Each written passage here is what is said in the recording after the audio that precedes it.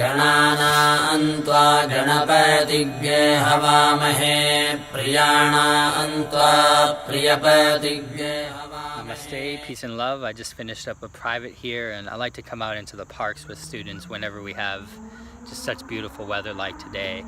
You know, I believe that humans are really meant to experience the outdoors, and that it's a really simple way to encourage healing in our bodies and minds.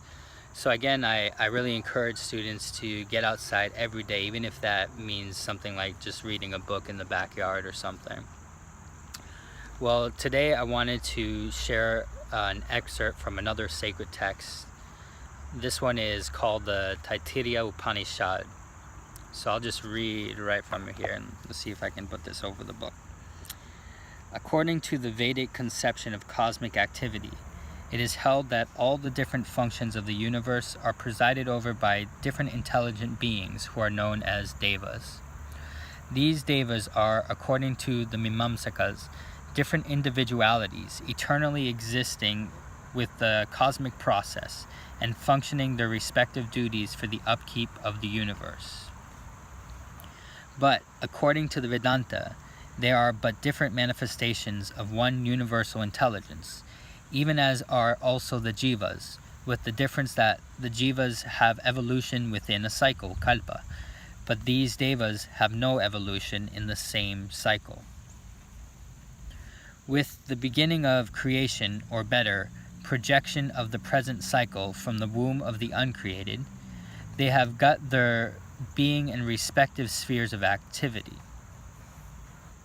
So their very existence, like the existence of everything else in this universe, is wholly dependent upon the Supreme Being, Brahman. By the special mention of the names of the gods like Vayu, Surya, Agni, Mrityu, etc., here the Shruti means to point out that even such mighty celestial potentates run to their respective works like medial servants through the fear of that Almighty. So this excerpt of the Taittiriya Upanishad I find particularly interesting because there are many components in this text that bear resemblance to those ideologies which are held in many other spiritual traditions.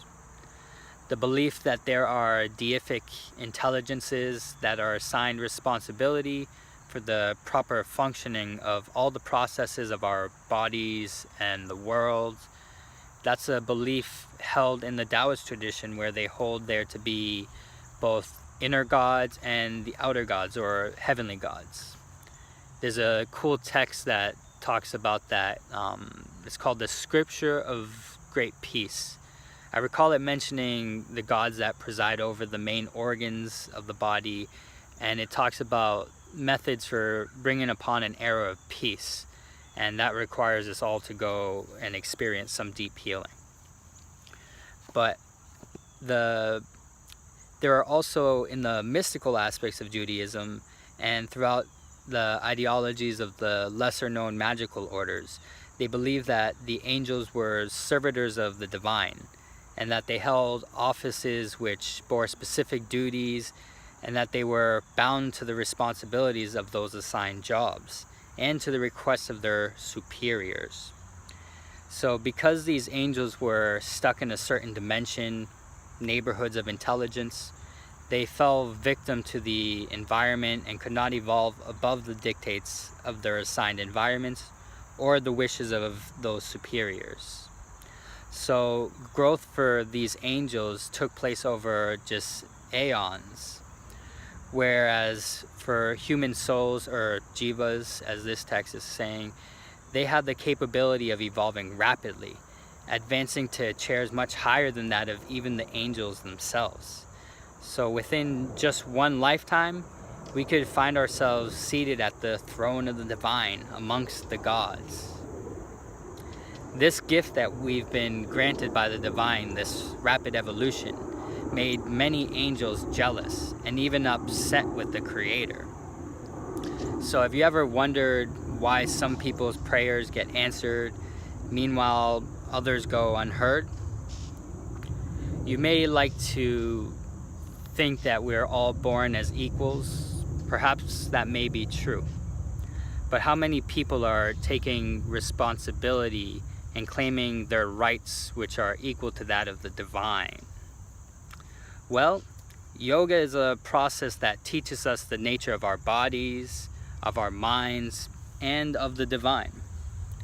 So as we use these yogic techniques to merge with the divine, we can use the mind and body as vehicles to harness and embody the divine in this plane of existence. Then we can claim the world as the seat of the divine while simultaneously claiming our position at the throne of God. The angels will then adhere, most of them happily, to the requests of their superiors. So I hope all your prayers may be answered. Keep on strong with your path of evolution. Namaste. Swasti prajabhyah paripalyayantam nyaryena margena mahim maheshaha go brahmanebhyah shubhamatsu nityam lokaha samastaha sukhino bhavantu. Om Shanti Shanti Shanti.